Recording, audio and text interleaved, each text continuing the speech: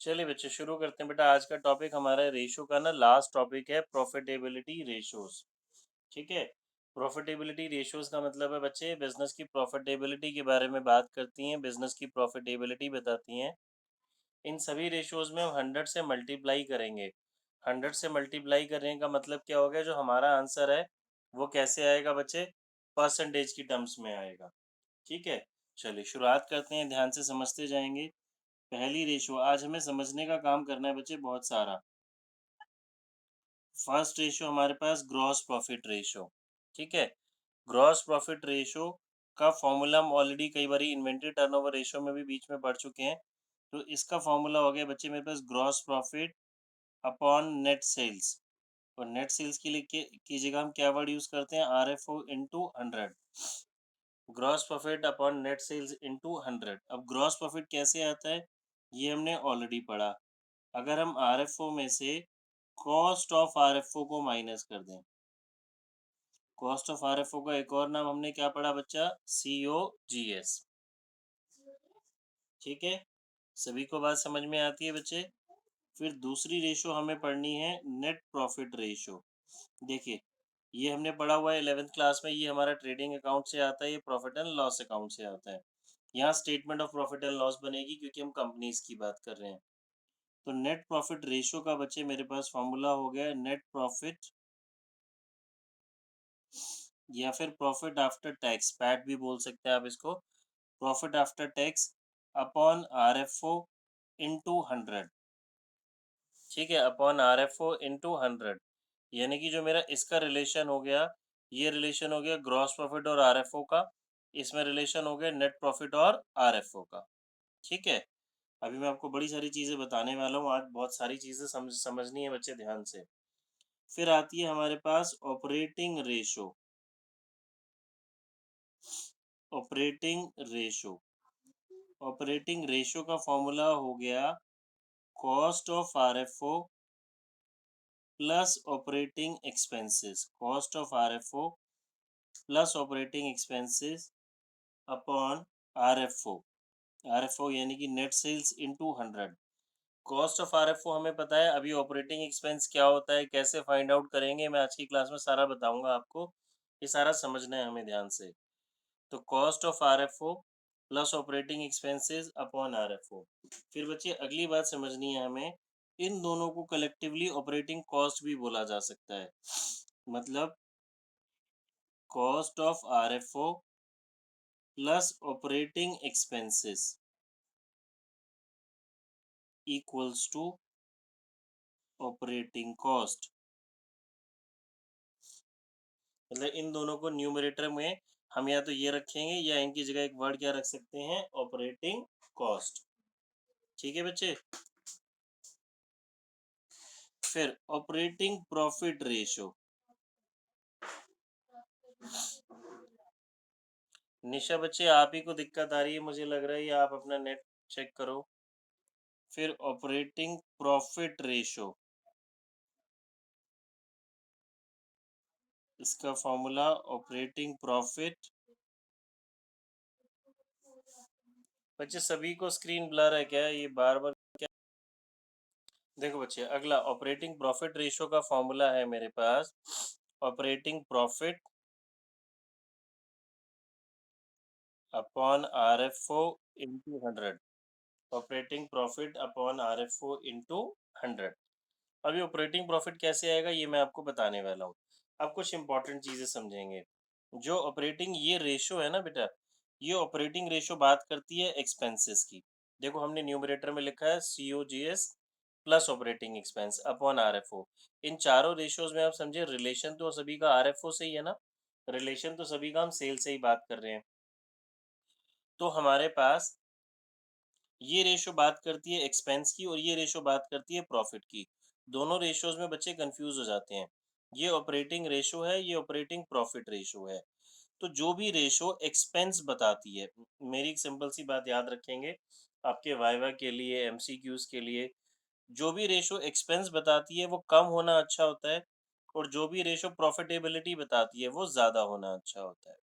ठीक है। तो ये रेशो जितनी कम होगी ये ऑपरेटिंग प्रॉफिट रेशो उतनी ज़्यादा होगी। अगली इंपॉर्टेंट चीज़ आगे बढ़ने से पहले, operating profit ratio operating profit ratio plus operating ratio equals to 100 होता है बच्चे। ये दोनों का टोटल जो है ना 100% होता है। हमसे एग्जाम में क्या पूछा जाता है जी, हमें बोलेगा ऑपरेटिंग रेशो 89% है, तो ऑपरेटिंग प्रॉफिट रेशो कितनी हो जाएगी बच्चे, बताएंगे?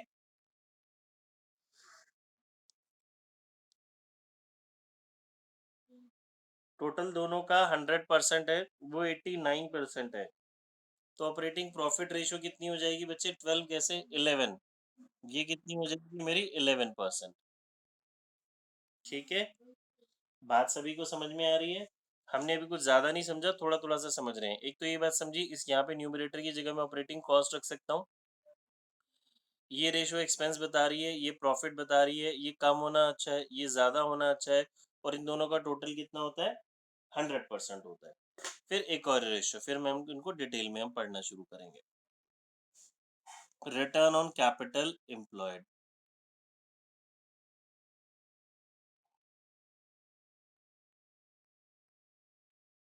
रिटर्न ऑन कैपिटल एम्प्लॉयड या फिर इस रेशो का नाम होता है रिटर्न ऑन इन्वेस्टमेंट। इसको बोलते हैं बच्चे हम आरओआई। क्या बोलेंगे? ROI, return on capital employed या रिटर्न ऑन इन्वेस्टमेंट या फिर ROI.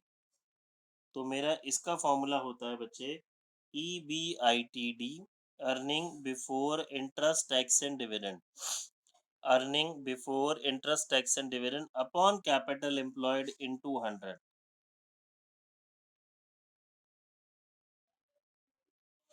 EBITD upon capital employed into 100।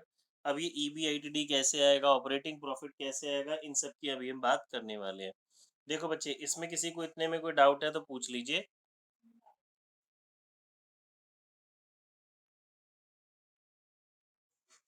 चलो आगे करते हैं बच्चे हम।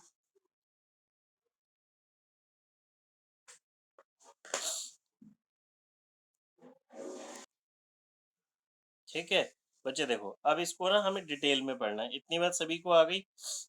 अब ये जो इनडायरेक्ट एक्सपेंसेस होते हैं ना, इनडायरेक्ट एक्सपेंसेस बच्चे दो तरीके के होते हैं हमारे, ऑपरेटिंग और नॉन ऑपरेटिंग। ये जो आज हमने सीखना है, ये मेन जो चीज सीखनी है। इनडायरेक्ट एक्सपेंसेस दो तरह के होते हैं, ऑपरेटिंग और non operating.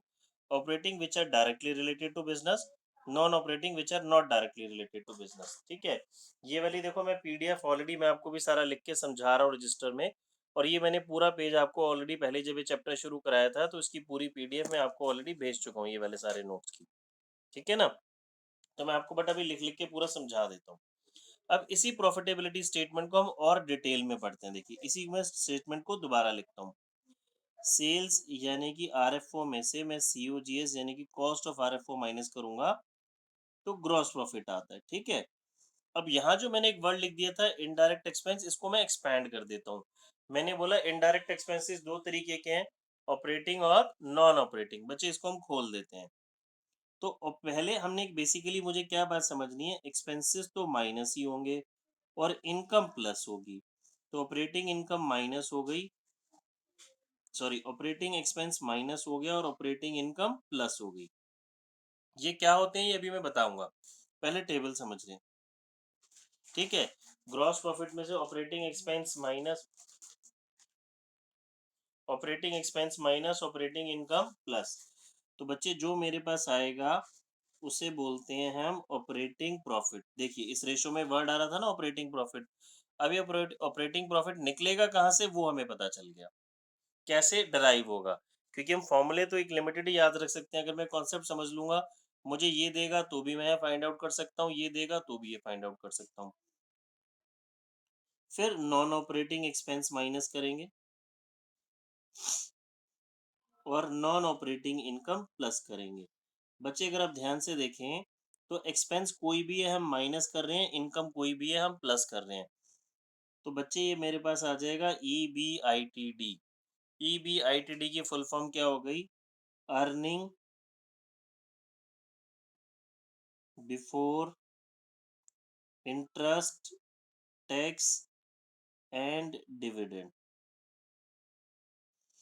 Earning before interest, tax and dividend, ये मैं यहाँ पूरा लिख देता हूँ। ये आपने बिजनेस स्टडीज में भी सब कुछ अपने पढ़ा हुआ है। फिर इसमें से बच्चे आई सब्ट्रैक्ट होगा, आई स्टैंड फॉर इंटरेस्ट, तो मेरे पास आ जाएगा अर्निंग बिफोर टैक्स, या फिर आप इसको प्रॉफिट बिफोर टैक्स भी बोल सकते हैं। फिर आप टैक्स माइनस करेंगे तो आपके पास आ जाएगा अर्निंग आफ्टर टैक्स, या फिर प्रॉफिट आफ्टर टैक्स, या फिर नेट प्रॉफिट। देखिए यहाँ जो ये हमने स्टेटमेंट इतनी सी पढ़ी थी, यहाँ एक्सपैंड हो गई। बच्चे ये आपने समझ लिया ना, तो आपकी सारी प्रॉफिटेबिलिटी रेशियो सॉल्व हो जाएंगी बड़े इजीली। देखो दोबारा बता रहा हूँ, यहाँ तक सेम था। फिर हमने एक्सपेंसेस माइनस करने हैं, बेसिकली इनकम प्लस करनी है, ये मुझे पता है। बट पहले ऑपरेटिंग एक्सपेंस माइनस और ऑपरेटिंग इनकम प्लस, तो ऑपरेटिंग प्रॉफिट आ गया। Non operating expense minus non operating income plus, तो EBITD, earning before interest, tax and dividend. फिर इंटरेस्ट माइनस करेंगे तो earning before tax, tax minus करेंगे तो अर्निंग आफ्टर टैक्स। अब देखो आज हमने कौन कौन से वर्ड यूज किए, जो भी फॉर्मूले लिखे थे। हमने ऑपरेटिंग प्रॉफिट वर्ड यूज किया, ऑपरेटिंग एक्सपेंस यूज किया, EBITD था, ये था। अब अगर मुझे सेल्स गिवन है और मुझे कॉन्सेप्ट पता है, तो मुझे इसको कुछ मतलब परेशानी नहीं होने वाली। मुझे पता है कि ये सारे एक्सपेंसेस मैं माइनस कर दूंगा, इनकम प्लस कर दूंगा, तो मैं यहाँ पे पहुंच जाऊंगा। कभी कभी क्या होगा, मुझे ये गिवन होगा, EBITD फाइंड आउट करना होगा, तो मेरे साइन रिवर्स हो जाएंगे। बेसिकली ये टेबल आप समझ लेंगे तो आपका काम बहुत बहुत आसान हो जाएगा। ठीक है, चलिए आगे बढ़ते हैं हम। ये टेबल में बच्चे किसी को कोई डाउट है? किसी को कोई डाउट है तो पूछ लीजिए। नहीं है? चलिए आगे प्रोसीड कर रहे हैं। बच्चे अब हम एक्सपेंसेस को डिटेल में पढ़ने वाले हैं। एक्सपेंसेस दो तरीके के होते हैं बच्चे हमारे पास, डायरेक्ट एक्सपेंस और इनडायरेक्ट एक्सपेंस। ठीक है, ये हमने देखो यहाँ बात की थी, इनडायरेक्ट लिखा था, डायरेक्ट इसके अंदर ऑलरेडी होते हैं। डायरेक्ट एक्सपेंसेस वो होते हैं बच्चे जो ट्रेडिंग अकाउंट में आते हैं, और इनडायरेक्ट जो होते हैं जो प्रॉफिट एंड लॉस अकाउंट में आते हैं। डायरेक्ट अकाउंट होते हैं which are related to manufacturing and purchases,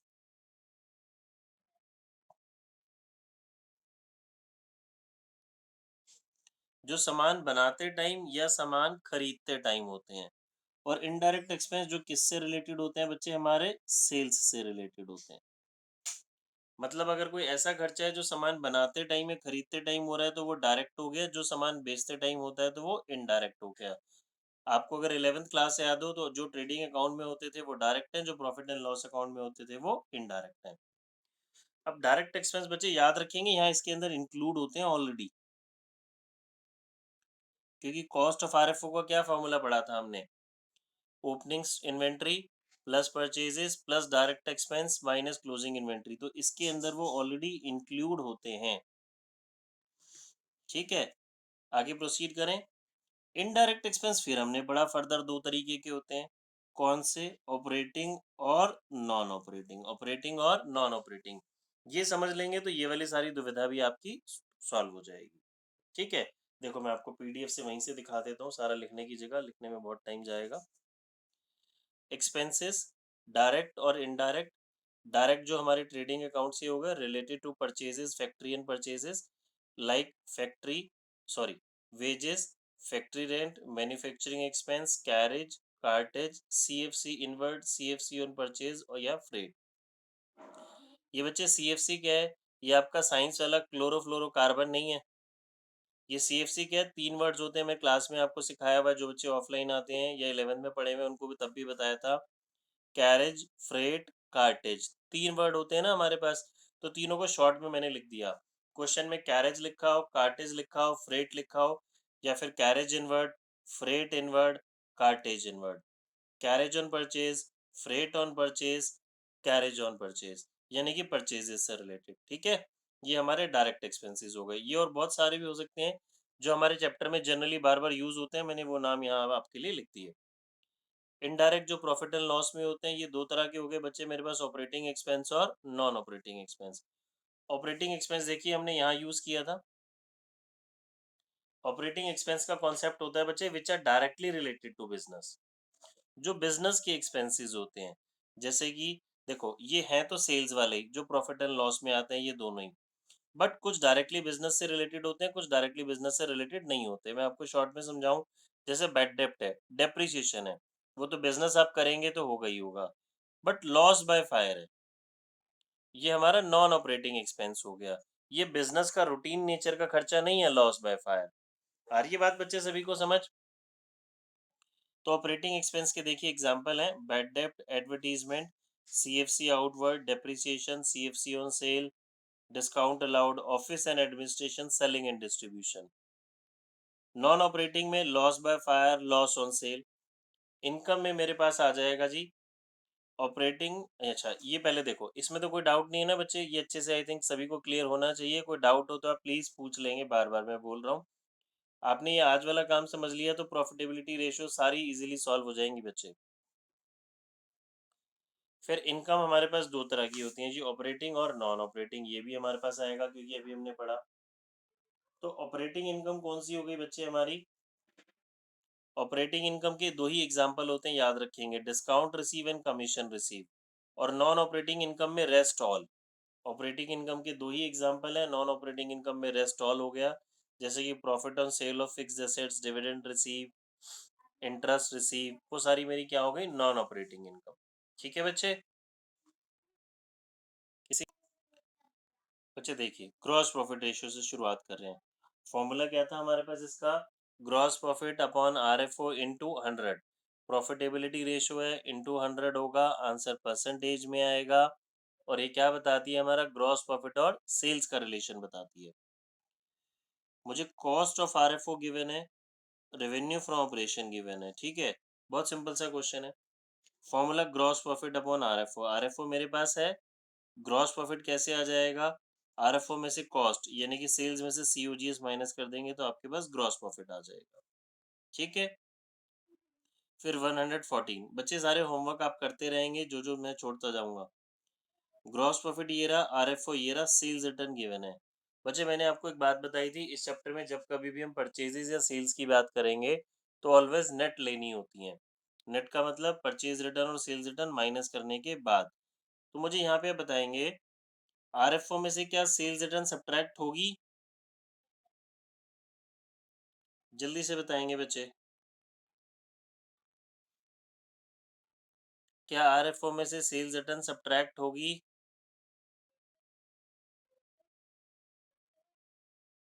एक बच्चे का आंसर आया, बाकी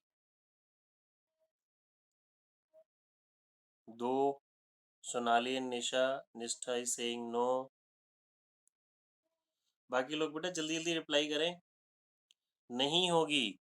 मैंने आपको बहुत बारी समझाया, आरएफओ का मतलब नेट सेल्स ही होता है। आरएफओ का मतलब नेट सेल्स ही होता है। अगर मेरे क्वेश्चन में यहाँ पे वर्ड लिखा हो, अगर मेरे क्वेश्चन में वर्ड लिखा हो जी रेवेन्यू फ्रॉम ऑपरेशन, सॉरी, अगर मेरे क्वेश्चन में वर्ड लिखा हो सेल्स, तो सेल्स रिटर्न माइनस होगा। बट अगर वो आरएफओ बोल रहा है तो आरएफओ का मतलब है उसमें से सेल्स रिटर्न ऑलरेडी सब्ट्रैक्टेड है। ठीक है, 115 पे आते हैं।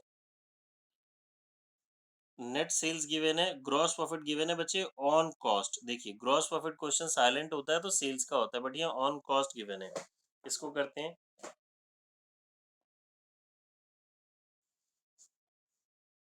आरएफओ गिवन है मुझे 4 lakh rupees, gross profit given है 25%। अगर मेरा क्वेश्चन इतना ही होता तो मैं डायरेक्टली इसका 25% निकाल लेता। बट क्वेश्चन ने क्या चालाकी की है, मुझे बताया गया है जी जो ग्रॉस प्रॉफिट है 25% है किसका? कॉस्ट का। और मेरे पास कॉस्ट नहीं है। तो मैंने आपको लास्ट क्लास में भी या बताया था, या तो आप एक्सलेट करके कर लें, बट लंबा मेथड है क्योंकि मुझे इस बारी प्रेजेंटेशन करनी नहीं है, शॉर्ट में काम सॉल्व करना है। तो शॉर्टकट तरीका मैंने आपको सिखाया था, कोई भी चीज़ कॉस्ट की 1/3 है तो सेल्स यानी कि आरएफओ की कितनी होती है? 1/4। इसकी 1/4 है तो इसकी कितनी हो जाएगी? 1/5। बेसिकली आरएफओ एक ज़्यादा। तो क्योंकि हमें तो इस बारी क्वेश्चन जल्दी सॉल्व करना है, पूरा प्रेजेंट करने की जरूरत ही नहीं है, तो हम डायरेक्टली कर लेंगे। ग्रॉस प्रॉफिट 25% ऑन कॉस्ट का मतलब हो गया कॉस्ट का 1/4 बट मेरे पास तो RFO है, तो RFO का कितना हो गया 1/5 ऑन सेल्स।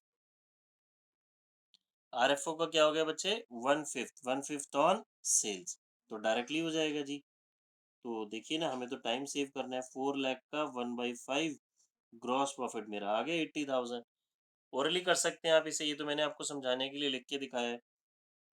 तो gross profit ratio equals to gross profit upon RFO into 100। तो ये मेरा बच्चे आ गया 20%। ठीक है, किसी को कोई डाउट है तो पूछिए। Next question number 116। देखो, cash sales are 20% of total sales, credit sales are ₹5 lakh. बच्चे, जब हम gross profit ratio, net profit ratio, इन रेशोज की बात करते हैं तो यहाँ पे हमें टोटल सेल्स चाहिए होती है, कैश या क्रेडिट से मतलब नहीं होता। जब हम ट्रेड रिसीवेबल की बात करते हैं तो मुझे क्रेडिट सेल्स चाहिए होती है, ट्रेड पेबल की बात करते हैं तो क्रेडिट परचेजेस चाहिए होती है, बट ग्रॉस प्रॉफिट का मतलब तो टोटल ही होता है। तो मुझे सेल्स फाइंड आउट करनी पड़ेगी। परचेजेस गिवन है, excess of closing inventory over opening inventory given है। ठीक है, चलिए समझते हैं इसको। पहले हम बात कर लेते हैं जी, मेरे पास टोटल सेल्स नहीं है, तो लेट टोटल सेल्स या फिर RFO अगर मेरी X है तो कैश सेल्स इसका X/5 यानी कि 20% हो गया।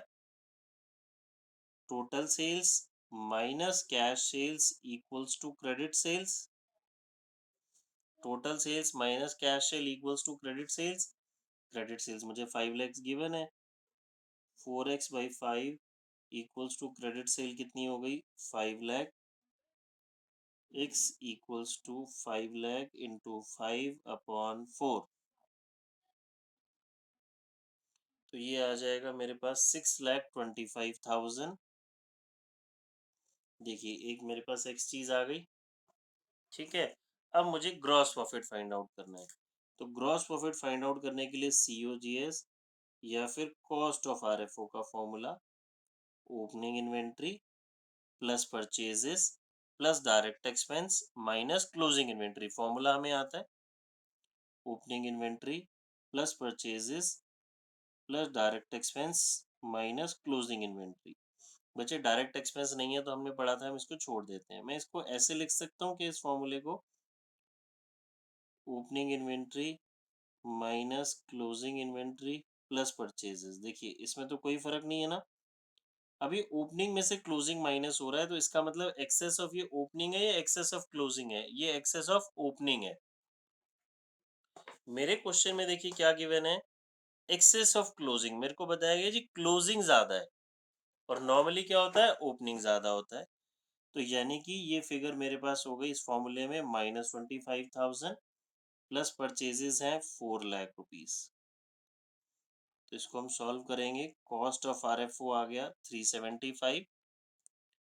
तो ग्रॉस प्रॉफिट क्या होता है बच्चे, RFO में से कॉस्ट माइनस इसमें से 375 माइनस, तो ग्रॉस प्रॉफिट आ गया बच्चे मेरा 3 लाख। तो gross profit ratio equals to 3 lakh upon 675 into 100। मुझे लग रहा है कहीं मैं कैलकुलेशन में शायद कुछ गड़बड़ कर गया, चेक करते हैं। हाँ, एक्स मेरा, एक सेकेंड, टोटल सेल्स बचे इंटू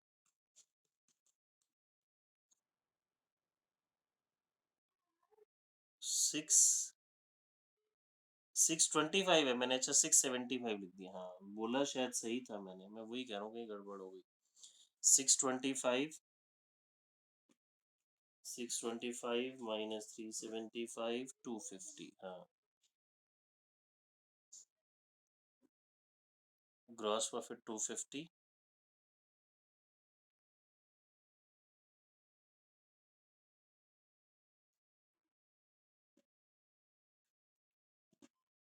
ये बच्चे इसको करेंगे तो ये मेरा आ जाएगा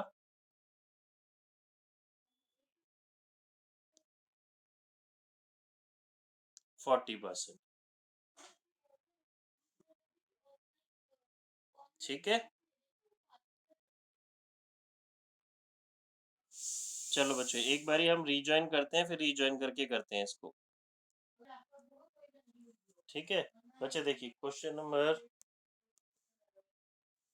ठीक है देखिए बच्चे question number 117। From the following information gross profit ratio निकालना है मुझे। क्रेडिट सेल्स है, परचेजेस है, कैरेज इनवर्ड है, decrease in inventory, return outward, wages and ratio of credit sales to cash sales. बच्चे पहले इसको समझते हैं। देखिए रेशियो है हमारी क्रेडिट सेल्स टू कैश सेल्स की। दैट मीन्स अगर कैश सेल्स 1 रुपी है तो क्रेडिट सेल्स 4 रुपीज हो गई, ये क्रेडिट सेल्स उसकी 4 टाइम्स हो गई। ठीक है, इसको मैं रिवर्स भी बोल सकता हूँ, यानी कि जो मेरी कैश सेल्स है वो उसकी 1/4 हो जाएगी। कैश सेल्स कितनी हो जाएगी? 1/4 किसकी? क्रेडिट सेल्स की। तो देखिए मुझे क्रेडिट सेल्स गिवन है, कैश सेल्स निकल जाएगी। कैश सेल्स और क्रेडिट सेल को प्लस कर देंगे तो क्या आ जाएगा? Total sales. अब मुझे ग्रॉस प्रॉफिट फाइंड आउट करना है। तो ग्रॉस प्रॉफिट कैसे फाइंड आउट होगा? मैं सीओजीएस निकाल सकता हूँ। परचेजेस है, डिक्रीज इन इन्वेंट्री, अभी मैंने आपको समझाया था ओपनिंग में से क्लोजिंग माइनस होता है तो उसे डिक्रीज इन इन्वेंट्री बोलते हैं, प्लस डायरेक्ट एक्सपेंस। बच्चे मुझे यहाँ बताएंगे डायरेक्ट एक्सपेंस कौन से हैं? अभी मैंने आपको एक्सपेंसेस समझाए थे, क्या यहाँ कोई डायरेक्ट एक्सपेंस है? जल्दी से बताएंगे बच्चे। कौन कौन से डायरेक्ट एक्सपेंसेस हैं? यस, वेजेस, और कोई? वेजेस है बच्चे, कैरेज इनवर्ड है, कैरेज आउटवर्ड नहीं है, ये रिटर्न आउटवर्ड नहीं है। रिटर्न आउटवर्ड तो किसका नाम होता है? बच्चे इसमें कंफ्यूज हो जाते हैं। रिटर्न आउटवर्ड तो परचेजेस रिटर्न होती है मेरी, परचेजेस गिवन है ना, तो परचेजेस में से परचेजेस रिटर्न क्या हो जाएंगे मेरी? माइनस। कैरेज इनवर्ड आएगा और वेजेस आएगा। ठीक है, चलिए शुरू करते हैं बच्चे। देखिए मुझे गिवन है जी रेशो ऑफ या रेट ऑफ, रेट गिवन है यहाँ पे, rate of credit sale to cash sale 4:1 given है। ठीक है, और मुझे क्रेडिट सेल्स गिवन है क्वेश्चन में।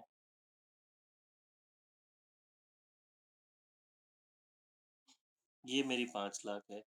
तो जो मेरी ये क्रेडिट सेल और कैश सेल है, यानी कि जो कैश सेल्स है वो उसकी 1/4 हो गई।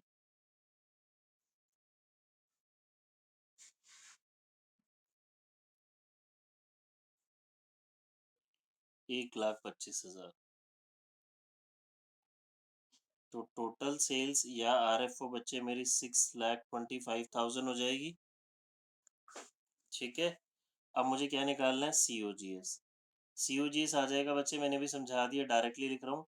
Decrease in inventory 10,000 plus purchases 3 lakh minus purchases return plus direct expense. Direct expenses में कैरेज है मेरे पास, कैरेज इनवर्ड है और वेजेस है। इसको सॉल्व कर लेते हैं। ये है 10 और 50 60, ठीक है जी। तो 290, 3 लाख, 3,60,000। तो ग्रॉस प्रॉफिट आ गया बच्चे मेरे पास 6,25,000 माइनस 3,60,000, 265। तो मेरी जो रेशो आ जाएगी gross profit ratio upon gross profit upon net sales into 100, 42.4%। ठीक है बच्चे, हमें इस बार मैं बार बार आपको बता रहा हूँ कैलकुलेशन पे फोकस करना है, स्पीड अच्छी रखनी है। प्रेजेंटेशन पूरा एक एक स्टेप लिखने की जरूरत नहीं है इस बार हमें, क्योंकि कुछ पेपर तो डायरेक्टली हमने सबमिट करना है एमसीक्यू में, ओएमआर में। Question number 118, gross profit ratio निकालेंगे। देखिए आरएफओ है कैश और क्रेडिट, तो मुझे तो टोटल आरएफओ चाहिए जी 8 लाख रुपीज हो गई। अब मुझे निकालना है COGS से, कॉस्ट ऑफ RFO। तो ये मुझे टोटल परचेजेस लेनी है, ठीक है। डिक्रीज इन इन्वेंट्री मेरे पास है। रिटर्न आउटवर्ड यानी कि परचेज रिटर्न इस परचेजेस में से सब्ट्रैक्ट हो जाएगा। तो मुझे यहाँ से बच्चे आप बता दो डायरेक्ट एक्सपेंसेस कौन-कौन से हैं जो आप यूज़ करेंगे। सेम वैसा ही क्वेश्चन हो गया, ये देखिए 2020 बोर्ड एग्जाम में आया हुआ है। इसमें से डायरेक्ट एक्सपेंस कौन से हैं बच्चे जो आप यूज़ करने वाले हैं? यस, वेजेस आएगा, कैरेज इनवर्ड आएगा, सैलरीज डायरेक्ट नहीं होता बच्चे। सैलरीज डायरेक्ट नहीं होता, salaries profit and loss account में आता है, सैलरीज ऑफिस में दिया जाता है, ठीक है। डायरेक्ट थे जो फैक्ट्री वाले थे, इनडायरेक्ट थे जो हमारे ऑफिस वाले थे, डायरेक्ट परचेजेस वाले और इनडायरेक्ट सेल्स वाले। तो दोबारा बता रहा हूँ, डायरेक्ट एक्सपेंसेस में कैरेज इनवर्ड और वेजेस आएगा। ये टोटल RFO 8 लैक्स हो जाएगी। नेट परचेजेस कैसे आएगी? Cash plus credit minus decrease in return inward, और ये डिक्रीज इन इन्वेंट्री मेरे पास COGS निकालते टाइम यूज हो जाएगा, ठीक है। ये आप बच्चे कर लेंगे। Next question number 119। ये बहुत अच्छा क्वेश्चन है, ये एग्जाम में आ सकता है। आपको एक ही क्वेश्चन में बड़ी सारी चीजें सॉल्व करने को उसमें निकलेंगी। इस क्वेश्चन में देखिए, ओपनिंग इन्वेंट्री है, क्लोजिंग इन्वेंट्री है, इन्वेंट्री टर्नओवर रेशियो है। तो इस रेशियो से तो मैं क्या निकालने वाला हूँ? COGS।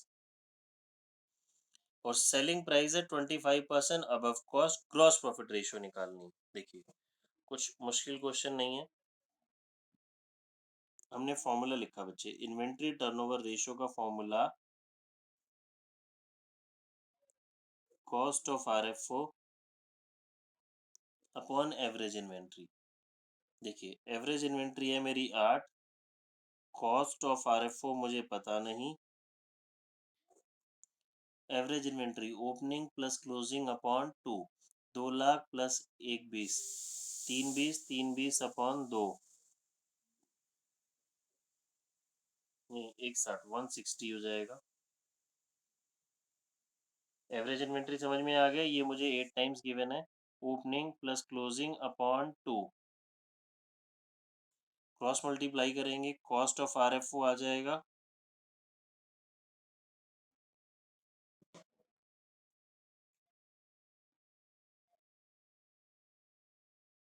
160 है ना, तो 12,80,000 हो गया मेरा। कॉस्ट ऑफ RFO 12,80,000 आ गया। क्वेश्चन में क्या बोला गया है? सेलिंग प्राइस है 25% अबव कॉस्ट, यानी कि कॉस्ट से 25% ज्यादा है, या कॉस्ट का 25%। तो इसका बच्चे हम 25% निकाल लेते हैं। ये मेरा आ गया 3,20,000, ठीक है। तो RFO क्या होता है बच्चे मेरा? ये सेलिंग प्राइस 25% अबव कॉस्ट, यानी कि ये मेरा क्या आ गया? ग्रॉस प्रॉफिट, कॉस्ट से 25% ज्यादा। तो RFO हो गया 12,80,000 कॉस्ट प्लस ग्रॉस प्रॉफिट। ये मेरी थी कॉस्ट, ये था मेरा ग्रॉस प्रॉफिट। कॉस्ट में प्रॉफिट ऐड कर देंगे तो क्या आ जाती है बच्चे मेरी? सेल्स 16 लैक्स। तो मेरे पास क्या निकालना था? ग्रॉस प्रॉफिट रेशो का formula, gross profit that is 3,20,000 on sales into 100। हाँ जी, 20%। बात समझ में आ रही है बच्चे सभी को? चलिए आगे प्रोसीड करते हैं। Question number 120। Average inventory given है, इन्वेंट्री टर्नओवर रेशियो गिवन है। यहाँ से मेरे पास वही COGS आ जाएगी। सेम वैसे ही क्वेश्चन है बच्चे, कर लेंगे, ठीक है। Question number 121। एवरेज इन्वेंट्री है, इन्वेंट्री टर्नओवर रेशियो है, यहाँ से निकलेगा मेरे पास COGS, cost of goods sold, cost of revenue from operation. Average trade receivable है, ट्रेड रिसीवेबल टर्नओवर रेशियो है, यहाँ से निकलेगी net credit sales. Credit sales निकल जाएगी यहाँ से, कैश सेल्स और क्रेडिट सेल्स का रिलेशन गिवन है तो टोटल सेल्स निकल जाएगी। बच्चे बहुत अच्छा क्वेश्चन है, एग्जाम पॉइंट ऑफ व्यू से बहुत अच्छा क्वेश्चन हो गया। इसको आप करके जरूर देखेंगे, ठीक है, आगे प्रोसीड करते हैं। कैश सेल्स है, क्रेडिट सेल्स है, रिटर्न है। बच्चे देखिए यहाँ पे ना कैश सेल और क्रेडिट सेल की फॉर्म में मुझे डाटा गिवन है, डायरेक्टली आरएफओ नहीं लिख रखा, तो ये रिटर्न माइनस होगी अब मेरे पास यहाँ पे। कॉस्ट ऑफ आरएफओ भी गिवन है, बहुत सिंपल है, हो जाएगा। 122 भी आप कर पाएंगे बच्चे, हमने ये क्वेश्चंस कर लिए, ये आप कर लेंगे तो 122 हो जाएगा। किसी का नहीं होगा तो मैं नेक्स्ट क्लास में प्रॉब्लम में बता दूंगा। ठीक है, ये आपने करना है। ये हम थ्योरी वाले अभी छोड़ ही रहे हैं। अगली रेशो पे आ जाते हैं बच्चे, ऑपरेटिंग रेशो पे। ठीक है,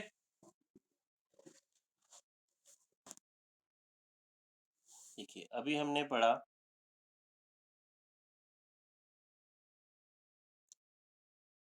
ऑपरेटिंग रेशो। बच्चे ये रेशो हमारा खर्चा बताती है, ऑपरेटिंग एक्सपेंसेस बताती है। ये रेशो जितना कम हो उतना अच्छा है। इसका फॉर्मूला पढ़ा हमने, operating cost upon RFO into 100। Operating cost कैसे आएगी ये भी हमने पढ़ा, COGS या cost of RFO upon operating expense. ठीक है जी, ऑपरेटिंग एक्सपेंस क्या होता है ये हमने समझ लिए। ऑपरेटिंग एक्सपेंस एक तो देखो इनडायरेक्ट होते हैं, और इनडायरेक्ट में जो डायरेक्टली किससे रिलेटेड होते हैं, बिजनेस से रिलेटेड होते हैं। अब ये इस तरह का क्वेश्चन हमारे एग्जाम में आने के बहुत बहुत बच्चे चांसेस हैं। यहाँ पे आधे बच्चों को पता ही नहीं होगा ऑपरेटिंग कौन से हैं, नॉन ऑपरेटिंग कौन से हैं। ठीक है, तो ये बहुत ध्यान से करना है। चलिए जी, शुरू करते हैं।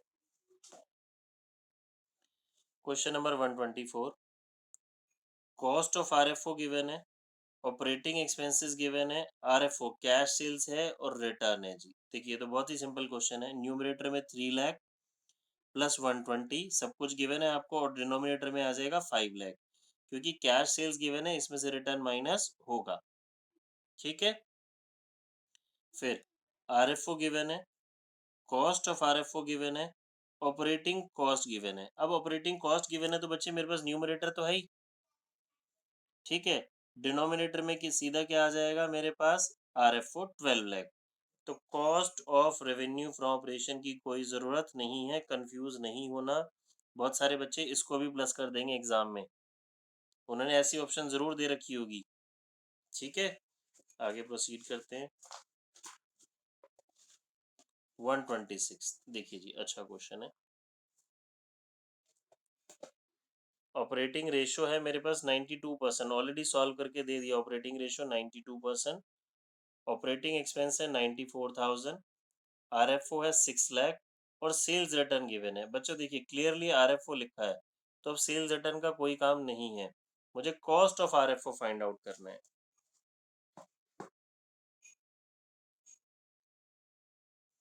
पहले हम फॉर्मूला लिखते हैं, ऑपरेटिंग रेशो इक्वल्स टू, क्या बच्चे हमने पढ़ा फॉर्मूला,